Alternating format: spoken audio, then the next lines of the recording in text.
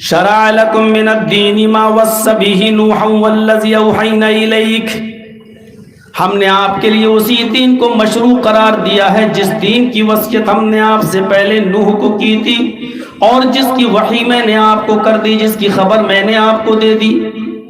وما وصینا به ابراہیم وموسیٰ وعیسیٰ نقیب الدین، اور نوح کے بعد جو پیغمبر آئے وہ بھی اسی دین کو لے کر آئے، اسی دین کی وصیت ہم نے ابراہیم کو بھی کی تھی، موسیٰ کو بھی کی تھی، عیسیٰ کو بھی کی تھی۔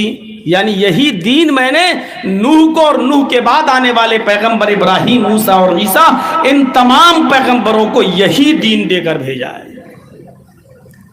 اب کون آدمی اس سے نفرت کرے گا؟ اسلام سے نفرت کرنے کا مطلب منو شاستر سے نفرت کرنا، اسلام سے گھرنا کرنے کا مطلب منو سے گھرنا کرنا، اسلام کو بری نظر سے دیکھنے کا مطلب خود ہندو دھرم کو بری نظر سے دیکھنا، اس لیے کہ اسلام مسلمانوں کا ہے ہی نہیں۔ مسلمانوں سے پہلے، اسلام سے پہلے بھی جتنے نبی آئے، جتنے پیغمبر آئے، ان تمام نبیوں کا دین یہی اسلام تھا۔ قرآن باقاعدہ ڈنکے کی چوٹ پر اعلان کرتا ہے، اور جن نبیوں کو کتاب دی گئی تھی، تورات و زبور، انجیل، ان تمام پیغمبروں کو مخاطب کر کے کہتا ہے، قُلْ يَا أَهْلَ الْكِتَابِ تَعَالَوْا إِلَىٰ كَلِمَةٍ سَوَاءٍ بَيْنَنَا وَبَيْنَكُمْ، اے محمد صلی اللہ علیہ وسلم آپ اعلان کر دیجئے، اناؤنسمنٹ کر دیجئے، اے اہل کتاب، اے تورات والو، اے زبور والو، اے انجیل والو، اے یہودیو، اے عیسائیو، تعالو، اس جملے پر غور کیجئے۔ کسی کو جب بلایا جائے تو اس کا مطلب یہ ہے کہ وہ اپنا ہی ہے، کچھ مس اسٹینڈنگ کی وجہ سے، کچھ غلط فہمیوں کی وجہ سے وہ ہم سے دور ہو گیا ہے۔ اگر وہ ہمارا کینڈیڈیٹ نہیں ہوتا یا ہمارے خاندان کا نہیں ہوتا تو وہ اس کو ہم بلاتے نہیں، لیکن بلایا جا رہا ہے۔ اے نبی اعلان کر دو، اے اہل کتاب، اے تورات والو، اے زبور والو، اے انجیل والو، آؤ، تعالو، آؤ، اِلَىٰ کَلِمَةٍ سَوَاءٍ بَيْنَنَا وَبَيْنَكُمْ، آؤ ایک ایسے کلمے کی طرف، آؤ ایک ایسے مول منتر کی طرف، آؤ ایک ایسے کلمے کی طرف، ایک ایسے مول منتر کی طرف، سوائم بیننا وبینکم، جو ہمارے اور تمہارے درمیان مساوی ہے، ہمارے اور تمہارے درمیان برابر ہے، اس میں کسی کا اختلاف نہیں ہے،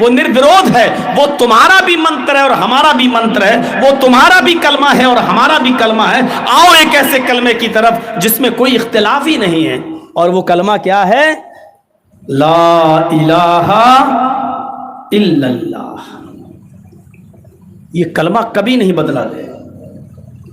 نوح علیہ السلام کا کلمہ بھی یہی تھا، لا الہ الا اللہ۔ ابراہیم علیہ السلام کا کلمہ بھی یہی تھا، لا الہ الا اللہ۔ موسیٰ علیہ السلام کا کلمہ بھی یہی تھا، لا الہ الا اللہ۔ عیسیٰ علیہ السلام کا کلمہ بھی یہی تھا، لا الہ الا اللہ۔ لا الہ الا اللہ نہیں بدلا گیا۔